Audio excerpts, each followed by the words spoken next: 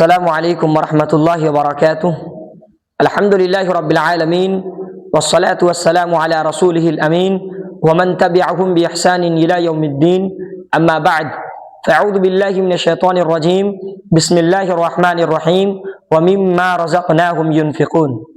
প্রিয় শ্রোতা মণ্ডলী, দার্সে রমজানের 11তম পাঠ, বিষয় রমজান মাসে সদকা ও খয়রাতের গুরুত্ব ও মাহাত্ম্য। এটা রমজানুল মুবারক মাস চলছে। এই মাসে আল্লাহ রাব্বুল আলামিনের রাস্তাতে পয়সা ব্যয় করা, আল্লাহ রাব্বুল আলামিনের রাস্তাতে সদকা করা, এর অনেক ফজিলত রয়েছে। এটা একটা অনেক গুরুত্বপূর্ণ আমল। এটা একটা আল্লাহ রাব্বুল আলামিনের দৃষ্টিতে অনেক পছন্দময় আমল। এটা একটা পছন্দময় ইবাদত। তাই আমাদেরকে বেশি বেশি এই রমজানুল মুবারক মাসে আল্লাহ রাব্বুল আলামিনের রাস্তাতে পয়সা ব্যয় করা দরকার, পয়সা খরচ করা দরকার। আল্লাহ রাব্বুল আলামিন বলেন ওয়া মিম্মা রাযাকনাহুম ইউনফিকুন। আর আল্লাহ রাব্বুল আলামিন এই আয়াতের মধ্যে তার নেক বান্দার বৈশিষ্ট্য বর্ণনা করেছেন যে ওয়া মিম্মা রাযাকনাহুম ইউনফিকুন, যে আমি তাকে যেই রিজক দিয়েছি সেই রিজক থেকেই কিন্তু সে কি করে, পয়সা খরচ করে। তাহলে আল্লাহ রাব্বুল আলামিন যেই ধন সম্পদ আমাদেরকে দিয়েছে, তো এটার আসল মালিক হচ্ছে আল্লাহ রাব্বুল আলামিন, আর আমরা হচ্ছি তার প্রতিনিধি। মানে খরচ করার কোথায় খরচ করতে হবে আমাদেরকে, আর আসল মালিককে, ধন সম্পদের আসল মালিক হচ্ছে আল্লাহ রাব্বুল আলামিন।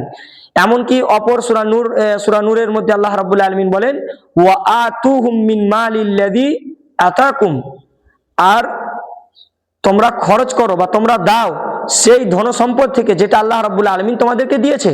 মানে আল্লাহ রাব্বুল আলামিনের যেই ধন সম্পদ, আল্লাহ রাব্বুল আলামিনের যেই মাল, সেই মাল থেকে তুমি যারা অসহায় বা যেখানে করে খরচ করা দরকার সেখানে করে তোমরা খরচ করো। এমনকি সূরা নাহলের মধ্যে আল্লাহ রাব্বুল আলামিন বলেন কে ওয়ামা বিকুম মিন নি'মাতিন ফামিনাল্লাহ। আর এই ধন সম্পদ হচ্ছে কি আল্লাহ রাব্বুল আলামিনের পক্ষ থেকে একটা বিশাল বড় একটা নিয়ামত, একটা আমাদের জন্য একটা আতিয়া, একটা আমাদের জন্য একটা হাদিয়া।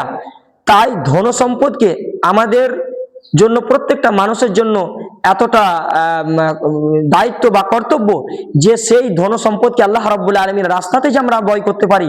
দারিদ্র যে ব্যক্তি রয়েছে, অসহায় ব্যক্তি রয়েছে, তাদের উপরে সেই ধন সম্পদকে যে আমরা খরচ করতে পারি।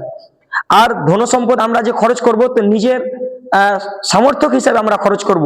যখন আমাদের ধন সম্পদ জাকাতের যে নিসাব রয়েছে সেই নিসাবে যখনই পৌঁছে যাবে, তখন আমাদেরকে সে জাকাতের পয়সা বার করতে হবে, বার করে সেটা অসহায় ব্যক্তিদেরকে দিতে হবে।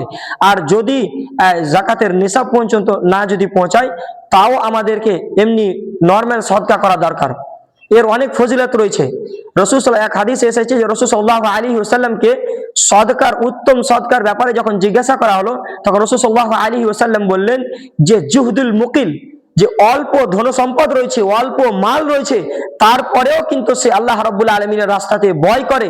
তাহলে এখান থেকে বুঝতে পারা যায় কি, যে এক তো সে নিজেই অসহায়, তার কাছে অল্প ধন সম্পদ রয়েছে, অল্প মাল রয়েছে, তারপরেও কিন্তু সে কি করছে, যে একজন আর এক অসহায় ব্যক্তির সে সাহায্য করছে।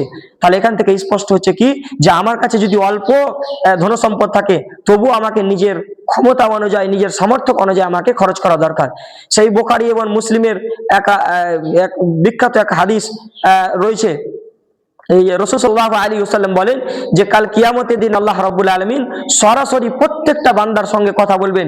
তাদের মধ্যে কোনো ট্রান্সলেটর হবে না, কেউ যে তাদের যে তর্জমা করবে সেই রকম কোনো মানুষ হবে না। আর তখন সেই সময় সেই বান্দা তার নিজের ডান দিকে দেখবে, তো নিজের আমল ছাড়া কিছুই দেখতে পাবে না। সে যখন বাম দিকে দেখবে, নিজের আমল ছাড়া কিছুই দেখতে পাবে না। সে যখন সামনে দেখবে, তখন সেই জাহান্নামের আগুন ছাড়া সেই কিছুই দেখতে পাবে না। তো রাসূল সাল্লাল্লাহু আলাইহি ওয়াসাল্লাম বলেন ইত্তাকুন নার, তোমরা আগুন থেকে বাঁচো, তোমরা জাহান্নামের আগুন থেকে বাঁচো। ওয়ালাউ বিশাক্কিন তামরাতিন, অর্ধেক খেজুর খরচ করেই কেন না হোক।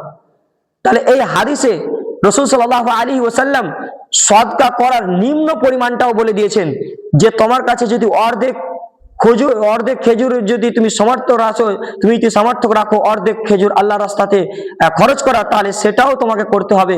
কেননা কাল কিয়ামতের দিন এই সদকাই তোমাকে জাহান্নামের আগুন থেকে বাঁচাবে। জাহান্নামের এই তীব্র আগুন, জাহান্নামের আগুনের যে তীব্র, সেই তীব্র থেকে তোমাকে কাল কিয়ামতের দিন এই সদকাই তোমাকে বাঁচাবে। তাই আমাদেরকে বেশি বেশি করে আল্লাহর রাস্তাতে ভয় করা দরকার। এমনকি যখন রমাজানুল মোবারক মাস চলে আসতো, তখন রাসূল সাল্লাল্লাহু আলাইহি ওয়াসাল্লাম অধিক পরিমাণে সদকা করতেন, বেশি বেশি করে সদকা করতেন।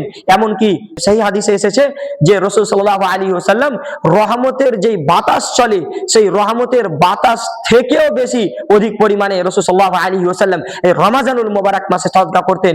তাই আমাদেরকে বেশি বেশি করে এই রমাজানুল মাসে সদকা করা দরকার। শেষে আমি আল্লাহ রাব্বুল আলামিনের কাছে দোয়া করি, হে আল্লাহ রাব্বুল আলামিন, তুমি আমাদের সকলকে নেক আমল করার সঙ্গে সঙ্গে আমরা যেন সদকা আল্লাহ রাব্বুল আলামিনের রাস্তাতে ব্যয় করতে পারি।